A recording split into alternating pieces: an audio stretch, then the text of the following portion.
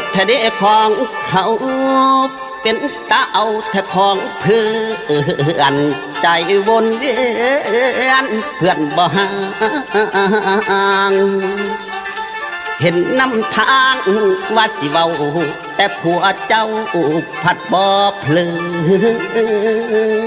งบักหัวใจมึงอดไว้เด้ออย่าเปิดเตอเด้อเพื่อไผ่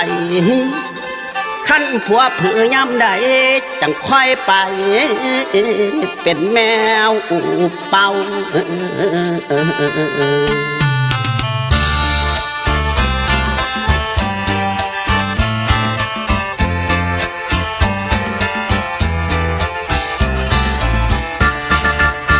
สวยไม่ต่างถึงนางจะมีลูกแล้วสวดทรงยังแก้ว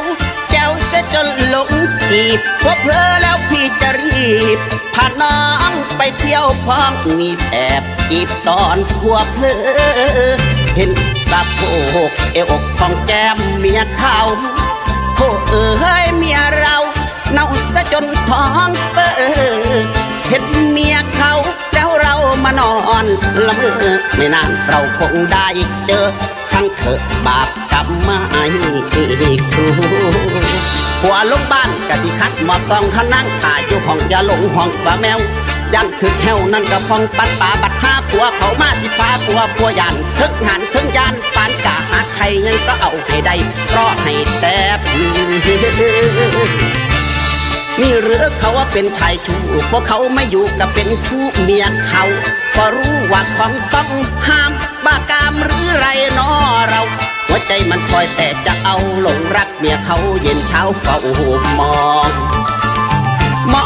งเห็นเมียมันเบื่อรำคาญทั้งย่อนทั้งยานเมียเขาสวยขึ้นเป็นกองอะไรสดใสผุดผ่องเราได้แต่มองจะจ้องตีท้ายขั้นผัวเจ้าเพื่อเจอแน่ขั้นผัวเพื่อเจอกันแน่ถ้าลองเบิ่งแม่ขั้นเจ้าบ่เสือคอยสิไปเสื้อเลาะเงินเลาะหัวผัวเจ้าบ่อยู่น้ำผัวเพื่อย้ำคำกะสิไปย้ำคำเป็นเว้นเป็นกรรมแล้วก็ตามแล้วก็ตามแล้ว